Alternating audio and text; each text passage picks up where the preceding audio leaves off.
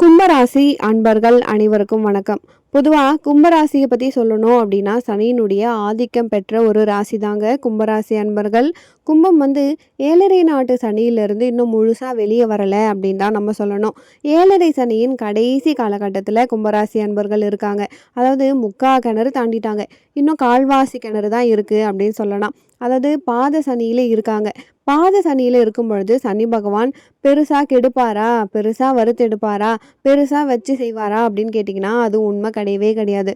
காரணம் என்ன அப்படின்னா சனி பகவான் கும்பராசி அன்பர்களை நிறைய வறுத்தெடுத்து வறுத்தெடுத்து அவரே டயர்டாக படுத்துட்ருக்காரு அப்படின்னு வேணால் சொல்லலாம். ஆனால் வந்து ஒரு சக்தி வந்துச்சு அப்படின்னா திரும்ப கூட ஆரம்பிப்பார். இருந்தாலும் முழுசாக முடியும் நேரத்தில் அவர் உங்களுக்கு அதிகமாக கஷ்டத்தை கொடுக்க மாட்டார் அப்படிங்கிறது உண்மை. அப்போது கும்பராசி அன்பர்கள் நிறைய பேர் வந்து புதிய முயற்சி செய்யலாமா, தொழிலில் முன்னேற்றம் ஏதாவது ஏற்படுமா, இல்லை புதுசாக தொழில் தொடங்கலாமா அப்படின்னா பெரிய லெவலில் எதுவும் செய்யக்கூடாது. சின்ன லெவலில் ஏதாவது செய்யலாம். ஏன்னா பெரிய லெவலில் செய்யறதுக்கு ஏழரை சனி இன்னும் உங்களை விட்டுட்டு போகல, இன்னும் தொடருது அப்படிங்கிறத ஞாபகம் வச்சுக்கோங்க. ரெண்டாவது குரு பகவான். குரு பகவான் மிதுனத்தில் இருக்காரு. அப்போது உங்களுக்கு 5வது இடம். அப்போது குரு வந்து உங்களுக்கு அதிர்ஷ்ட குருவாக வராரு.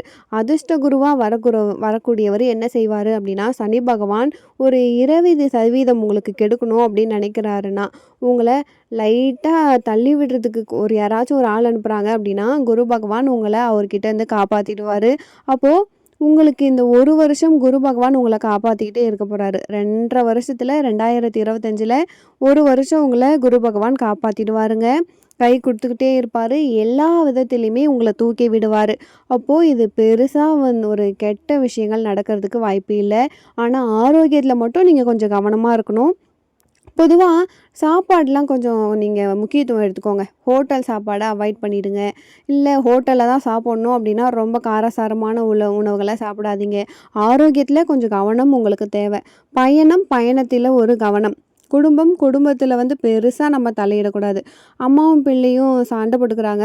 அப்போது கும்பராசி வந்து ஒரு ஆணாக இருக்கீங்க அப்படின்னா உங்களுடைய குழந்தைகளும் உங்களுடைய ஒய்ஃபும் சண்டை போட்டுட்ருக்காங்க அப்படின்னும் பொழுது நீங்கள் போயிட்டு பஞ்சாயத்து பண்ணுறேன்னு போகக்கூடாது. காரணம் என்னென்னா நமக்கு சொல்வாக்கும் இருக்காது, செல்வாக்கும் இருக்காது. பெருசாக நமக்கு சபையில் வந்து மரியாதை இருக்காது. அப்போது மரியாதை இல்லும் பொழுது பேசக்கூடாது. சம்மன் இல்லாமல் ஆஜராகக்கூடாது அப்படின்னு சொல்லுவாங்க இல்லையா? அப்போது இன்னும் 2.5 வருஷத்துக்கு உங்களுக்கு சம்மன் வரப்போகிறதில்ல. பெரிய பெரிய விஷயங்களில் ஆஜராகிறத நீங்கள் தடுக்கணும் அப்படின்னு நம்ம சொல்லலாம். கொஞ்சம் ஒதுங்கி இருக்கணும். ஏன்னா நம்மளுடைய முயற்சியினால் நம்மளால் நிறைய நல்ல விஷயங்கள் செய்ய முடியல அப்படின்னும் பொழுது இறைவனுடைய காலை நம்ம பிடிச்சிக்கிறது நல்லது. அதனால தான் ஒரு வார்த்தை சொல்லுவாங்க, அடி உதவுற மாதிரி அண்ணன் தம்பி உதவ மாட்டாங்க அப்படின்னு சொல்லுவாங்க. இந்த அடி உதவுற மாதிரி அண்ணன் தம்பி உதவுறதில்ல அப்படின்றது நம்ம மக்கள் என்ன நினச்சிக்கிறாங்க அப்படின்னா 4 சாத்தி அதுக்கப்புறம் திருத்தணும் அப்படின்னு நினச்சிக்கிறாங்க. அந்த அடி கிடையாதுங்க. எப்போ அண்ணன் தம்பி சொந்த பந்தம் சொத்து சொகம் எதுவுமே உனக்கு உதவி பண்ணலை அப்படின்னும் பொழுது இறைவனுடைய அடியை நீ பிடி, அவனுடைய திருவடியை நீ சரணாகதி அடையும் பொழுது அவர் உங்களுக்கு உதவி பண்ணுவார் அப்படிங்கிற அர்த்தம். அதை நம்ம தான் வந்து எல்லாரும் தப்பாக புரிஞ்சுக்கிறோம். அதை மாதிரி தப்பாக புரிஞ்சுக்கிற விஷயம் அந்த விஷயமும் நம்மளுக்கு நிறைய இடத்துல உபயோகமாக இருந்திருக்கும். அப்போது இறைவனுடைய அடியை நம்ம சரணாகதி அடைஞ்சிட்டோம் அப்படின்னா பிரச்சனையே கிடையாதுங்க. அதுக்கும் மேலே இப்போ குரு நல்லா இருக்காரு. 2025 உங்களுக்கு நிறைய நல்ல விஷயங்களை செய்ய போகிறாரு. சனி பகவான் சின்ன சின்ன கெடுதலை செஞ்சாலுமே குரு வந்து உங்களை தாங்கி பிடிப்பார், கவலை வேண்டாம். அதுக்கும் மேலே ராகு வந்து ஜென்மக்கேது 1ஆம் இடம். அப்போது பொதுவாக இந்த ஜென்ம ராகு என்ன ஏற்படுத்துவார் அப்படின்னா எது கொடுத்தாலுமே போதலை, இன்னும் வேணும் இன்னும் வேணும், ஒரு எக்ஸ்ட்ரா ஒரு ரியாக்ஷன். இப்போது ஒருத்தர் வந்து ஒரு படம் நடிப்பார். அதில் வந்து எவ்வளோ ஒரு தங்கத்தை கேஜிஎஃப் படத்தில் எவ்வளோ தங்கத்தை கொண்டு வந்து கொடுத்தாலும் இன்னும் வேணும் இன்னும் வேணும் அப்படின்னு சொல்லும்பொழுது கூட இருக்கிறவர் வந்து பயப்படுவார், இன்னும் வேணுமா இன்னும் வேணுமான்னு. அதை மாதிரி மனசை வந்து ராகு பகவான் கொடுப்பார். எது கொடுத்தாலும் இன்னும் வேணும் இன்னும் வேணும் அப்படிங்கிற எண்ணம். அதே மாதிரி ஒன்றுத்தை விட இன்னொன்று பெட்டராக தெரிஞ்சுக்கிட்டே இருக்கும். இப்போது நீங்கள் இருக்கீங்க, இன்றைக்கி நீங்கள் வந்து எனக்கு ரொம்ப சந்தோஷமாக இருக்கீங்க என் கூட இருக்கும்பொழுது, உங்கள் கூட பழகும்போது எனக்கு மனசு ரொம்ப சந்தோஷமாக இருக்குது அப்படின்னு நினைப்பாங்க. நாளைக்கு வந்து உங்கள் ஃப்ரெண்டை பார்க்கும்பொழுது எனக்கு அவங்கள ரொம்ப பிடிக்கும், அவங்கக்கிட்ட நல்லா பழகுவேன். அப்போது ஒன்றுத்தை விட ஒன்று பெட்டர் அப்படின்னு போய்கிட்டே இருக்கும். அப்போது இதை மாதிரி தெரிஞ்சிருச்சு அப்படின்னா அதுக்கு ஒரு தீர்வே இல்லாமல் போயிடும். அந்த மாதிரி விஷயத்த ராகு பகவான் கொடுப்பாருங்க. அதுக்கும் மேலே மனசில் இனம் புரியாத ஒரு குழப்பம், ஒரு பயம், இதையுமே ராகு பகவான் கொடுப்பாரு. ஆனால் இதெல்லாம் குறைவாக தான் இருக்கும். ஏன்னா குருவினுடைய பார்வை இருக்குது, கவலைப்பட வேண்டாம். இதுலேயுமே ப்ளஸ்ஸு தான் குரு சண்டால யோகத்தால். அதுக்கு மேலே கேது பகவான் 7ஆம் இடத்துல இருக்காரு. 7ஆம் இடத்துல இருக்கக்கூடிய கேது பகவான் 7ஆம் இடம் அப்படிங்கிறது கலஸ்திரஸ்தானம். கலஸ்திரஸ்தானத்தில் கேது பகவானால் குடும்ப குடும்ப உறவுகளில் கணவன் மனைவிக்குள்ள ஒரு அந்யோன்யம் இருக்காது அப்படின்னு சொல்லலாம். ஒரு ஈர்ப்பு அப்படிங்கிறதே உங்களுக்குள்ள வராது. உண்டு நீங்கள் உங்கள் வேலை உண்டு அப்படின்னு சொல்லிட்டு ஒரு சாமியார் மாதிரி இருக்கிற இது மாதிரி விஷயங்கள் இருக்கும். இந்த மாதிரியான சூழ்நிலை வந்து உங்களுக்கு வர்றதுக்கு வாய்ப்பு இருக்குது. ஆனால் பயப்பட வேண்டாம். கும்பம் வந்து ஓகே அப்படின்னு தான் நம்ம எடுத்துக்கணும். பொதுவாக கேது 7ஆம் இடத்துல இருக்காரு அப்படின்னும் பொழுது நம்ம குடும்ப ஒற்றுமைக்காக முக்கியமாக சொல்லணும் அப்படின்னா கணவன் மனைவி அந்யோன்யத்துக்காக நம்ம சில பல விஷயங்களை செஞ்சே ஆகணும். அதில் என்ன பண்ணணும் அப்படின்னா சுந்தரகாண்டம் படிக்கிறது. இதை நீங்கள் பண்ணும் பொழுது கண்டிப்பாக கணவன் மனைவி அந்யோன்யத்தை அப்படியே மெயின்டைன் பண்ணுறதுக்கு ரொம்ப உதவியாக இருக்கும். ஒன்று சுந்தரகாண்டம் படிக்கணும், இன்னொன்று வந்து பழமுதிர் சோலையில் இருக்கக்கூடிய முருகப்பெருமானை வழிபாடு பண்ணுறது அப்படிங்கிறது நம்மளுடைய குடும்பத்தில் இருக்க கணவன் மனைவிக்குள்ளே இருக்க பிரச்சனை மட்டும் இல்லை, குடும்பத்திலே எல்லாருமே சந்தோஷமாக ஒற்றுமையாக ஒரு பிணைப்போட ஒரு பாசத்தோடு ஒரு அன்போடு இருக்கணும் அப்படின்னா அதை முருகப்பெருமான் உங்களுக்கு ஏற்படுத்தி கொடுப்பாருங்க. இதுவும் உங்களுக்கு ஒரு நல்ல பரிகாரமாக அமையுங்க. சிவனேன்னு இருக்கணும். கும்பராசி அன்பர்களை பொறுத்த வரைக்கும் பொதுவாக நம்மளுடைய நேரமும் காலமும் சந்தர்ப்பமும் சூழ்நிலையும் நம்ம என்ன சில டைம் நல்லா இருக்கும்பொழுது என்ன தப்பு தப்பாக பேசினாலுமே அது நல்லதாக போய் முடிஞ்சிடும். ஆனால் நமக்கு இந்த கிரகங்களும் நேரமும் எதுவுமே சரியில்லை அப்படின்னும் பொழுது நம்ம நல்லதே பேசினாலுமே கூட தப்பாக போய் முடியும். ஆக நீங்கள் அமைதியாக இருக்கணும். அதுக்கு மேலே கும்பராசிக்கு சனி பகவான் பாத சனியாக இருக்கிறதால கும்பகோணத்துக்கு பக்கத்தில் ஆதி கும்பேஸ்வரர் கோவில் இருக்குது.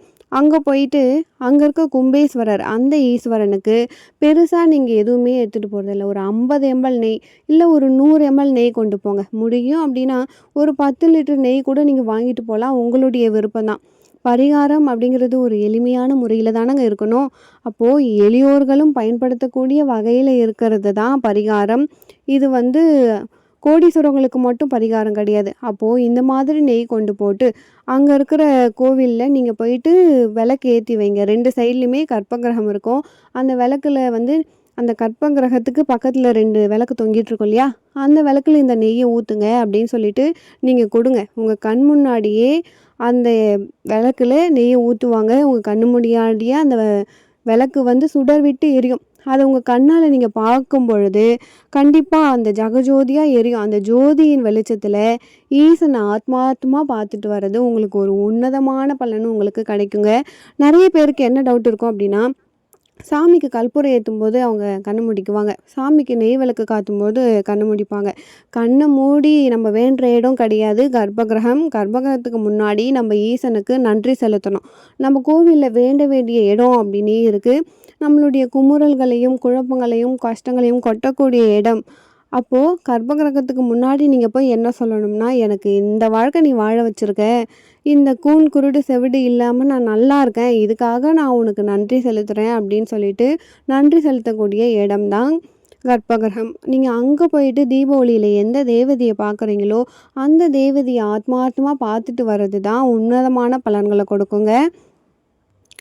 இப்போது கர்ப்பகிரகத்தில் போய் நீங்கள் இது மாதிரி வேண்டக்கூடாது, இது மாதிரி உங்கள் கஷ்டங்களை சொல்லக்கூடாதுன்னு சொல்கிறீங்க.